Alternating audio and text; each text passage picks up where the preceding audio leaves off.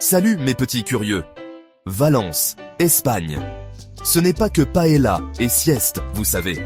Cette sensuelle ville espagnole bouillonne de culture, d'histoire et d'assez d'excitation pour faire rougir votre sangria. On parle d'architecture futuriste, de chefs-d'œuvre médiévaux, de plages qui s'étendent plus longtemps que la crise existentielle d'un philosophe français.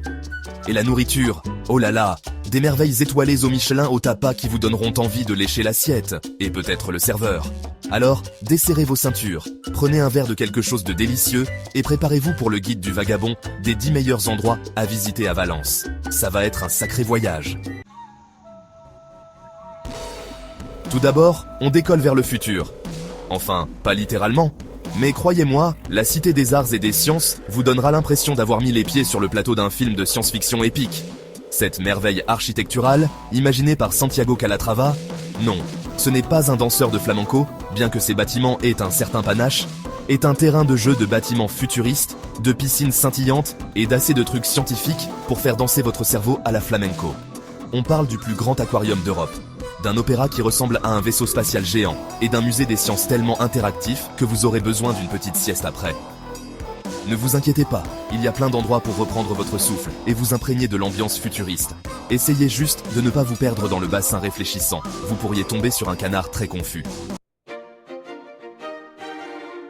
Ensuite, on remonte le temps, au XVe siècle en fait. Pas besoin de DeLorean, juste une promenade dans les grandes salles de la Lonja de la Seda, l'ancienne bourse de la soie de Valence. Ce site classé au patrimoine mondial de l'UNESCO est un chef-d'œuvre de l'architecture gothique, avec des colonnes vertigineuses, des sculptures complexes et suffisamment de gargouilles pour créer votre propre groupe de heavy metal. Imaginez, des marchands négociant des soies et des épices, leur voix résonnant dans la grande salle.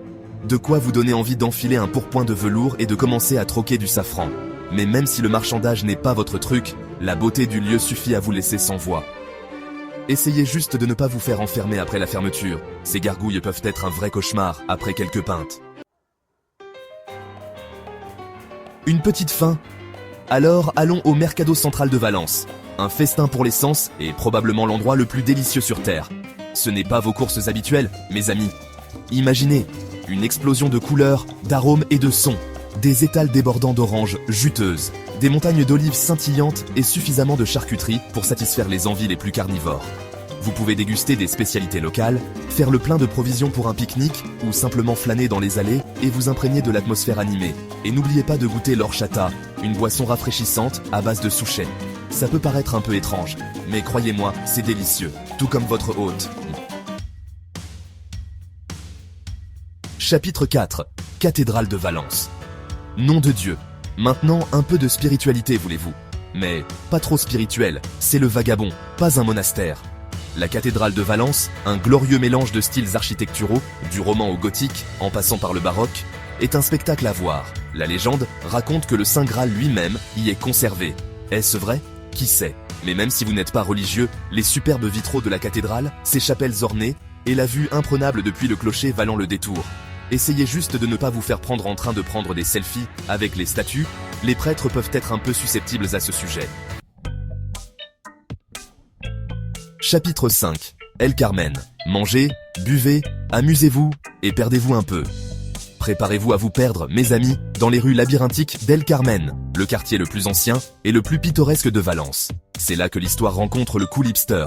Avec des bâtiments anciens ornés de street art moderne et des bars à tapas traditionnels côtoyant des cafés branchés. Vous pouvez vous promener sans but, vous imprégner de l'ambiance bohème, tomber sur des cours cachés ou découvrir votre nouveau bar préféré.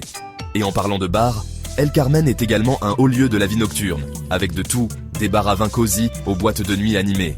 Essayez juste de ne pas rester dehors trop tard, vous aurez besoin de votre énergie pour explorer demain. Chapitre 6. Jardin du Turia. Du lit de la rivière au loisir. Prêt pour un bol d'air frais? Alors troquez vos talons aiguilles contre des baskets et dirigez-vous vers les jardins du Turia, le poumon vert de Valence.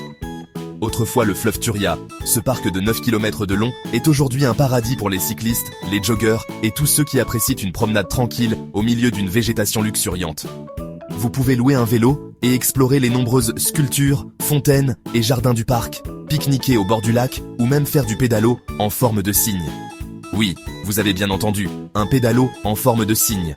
Ne faites pas comme si vous n'étiez pas tenté. Attention aux frisbees errants et aux joggers trop zélés. Et évitez peut-être le pédalo si vous portez un pantalon blanc. Accro du shopping, réjouissez-vous. Ruzafa, le quartier le plus cool de Valence, et croyez-moi, je connais le cool, est une mine de boutiques uniques, de friperies et de créateurs indépendants. Oubliez les grandes chaînes de magasins, c'est l'endroit idéal pour trouver des souvenirs uniques, des bijoux artisanaux et des trouvailles vintage qui rendront vos amis verts de jalousie. Et lorsque vous aurez terminé vos achats, vous pourrez vous ravitailler dans l'un des nombreux cafés ou restaurants branchés de Ruzafa. N'oubliez pas votre carte de crédit et votre sens du style, ce n'est pas l'endroit pour le lèche-vitrine. Chapitre 8. Plage de la Malvarosa. Soleil, sable et sangria. Il est temps d'aller à la plage, mes amis. Et pas n'importe quelle plage, la plage de la Malvarosa, la bande de sable doré et de soleil de Valence. Que vous souhaitiez vous prélasser au soleil, piquer une tête dans la Méditerranée, ou construire des châteaux de sable qui rendraient Gaudi fier, la Malvarosa a de quoi satisfaire tout le monde.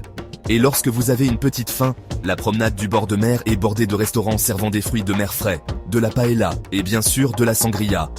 N'oubliez pas votre crème solaire, vos lunettes de soleil et votre sens de l'aventure. Et laissez peut-être vos objets de valeur à la maison, à moins que vous ne vouliez faire un don généreux aux ramasseurs de plages locaux. Chapitre 9. Parc naturel de l'Albufera. Échappez à la ville. Envie d'aventure ?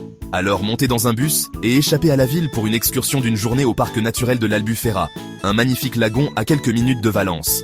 Ce paradis naturel est un havre pour les ornithologues amateurs, les amoureux de la nature et tous ceux qui souhaitent découvrir la beauté de la campagne valencienne.